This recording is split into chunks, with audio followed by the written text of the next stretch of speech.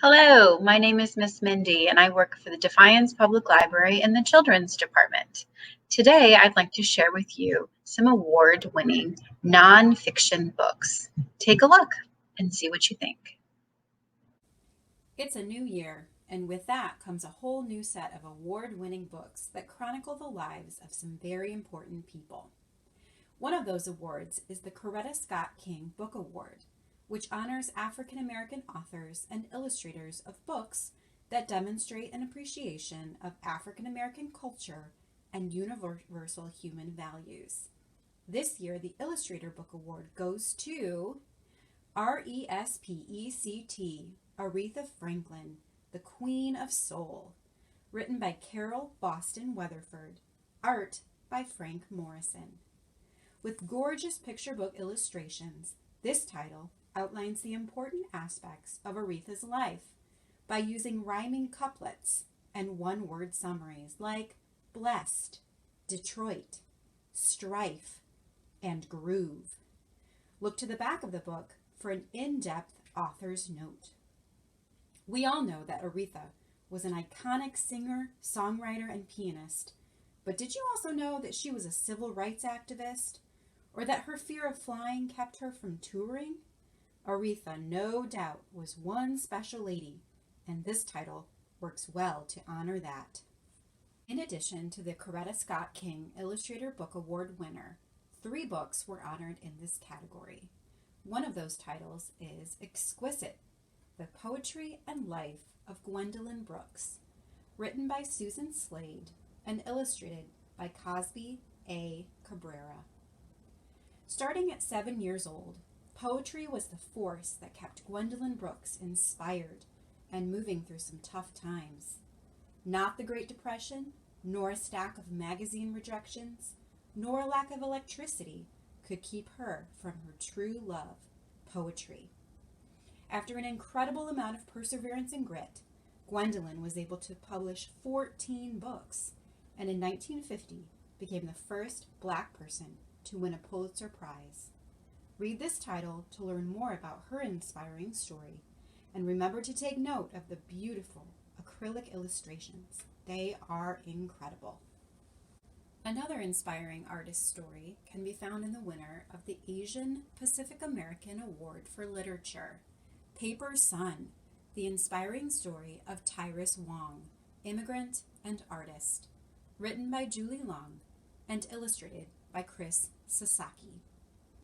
Before Tyrus Wong became a creative force behind the making of the Walt Disney movie Bambi, he was just a terrified 9-year-old boy who boarded a Chinese ship bound for the United States, a place his father called Gold Mountain.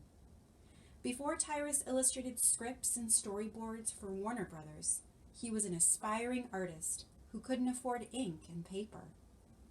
Read more about how Tyrus challenged adversity by checking out the physical copy of this title at the library or by downloading the ebook through the Ohio Digital Library.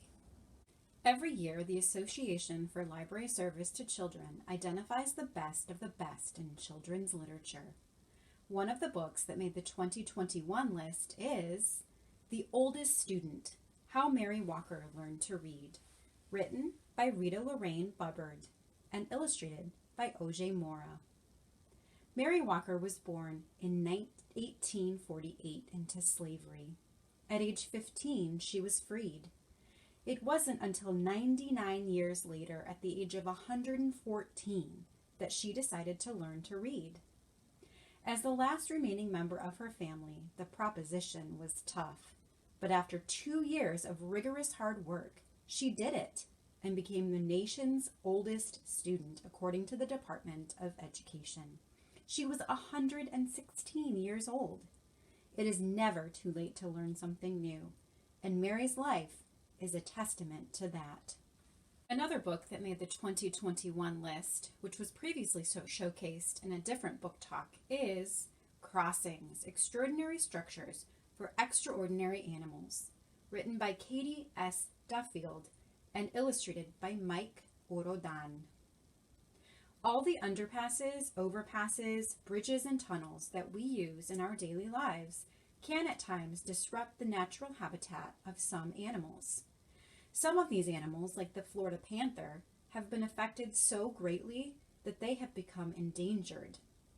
With the help of man-made wildlife crossings, these animals are able to begin growing and thriving again.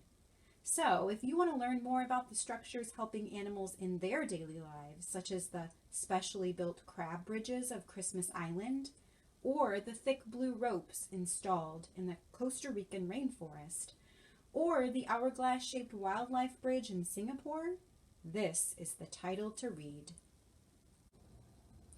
Each year, the Robert F. Seibert Informational Book Award is awarded to the most distinguished informational book for children. This year, the award goes to Honeybee, The Busy Life of Apis mellifera, written by Candace Fleming and illustrated by Eric Roman. Ever wonder what the daily life of a worker honeybee is like? Then this is the book for you. A worker honeybee lives just 35 days, and in that short time, it is incredible what she can accomplish. She flies over 500 miles, visits 30,000 flowers, and collects enough nectar to make 1/12 of a teaspoon of honey. Read this book slowly, and be sure to take in all the amazing close-up illustrations. Visit the back of the book to find a diagram of the bee with all of its parts labeled, as well as a 2-page spread on ways to help honeybees thrive. Last but not least, a book honored in the Pura Belpre award category, a category that honors Latino writers and illustrators, goes to Chiruko, el arqueólogo peruano, Peruvian archaeologist, written by Monica Brown and illustrated by Alyssa Chavarri. As a young boy, Julio C. Tello was a very brave and curious boy, and quickly earned the nickname Chiruko, which in Quechua means brave.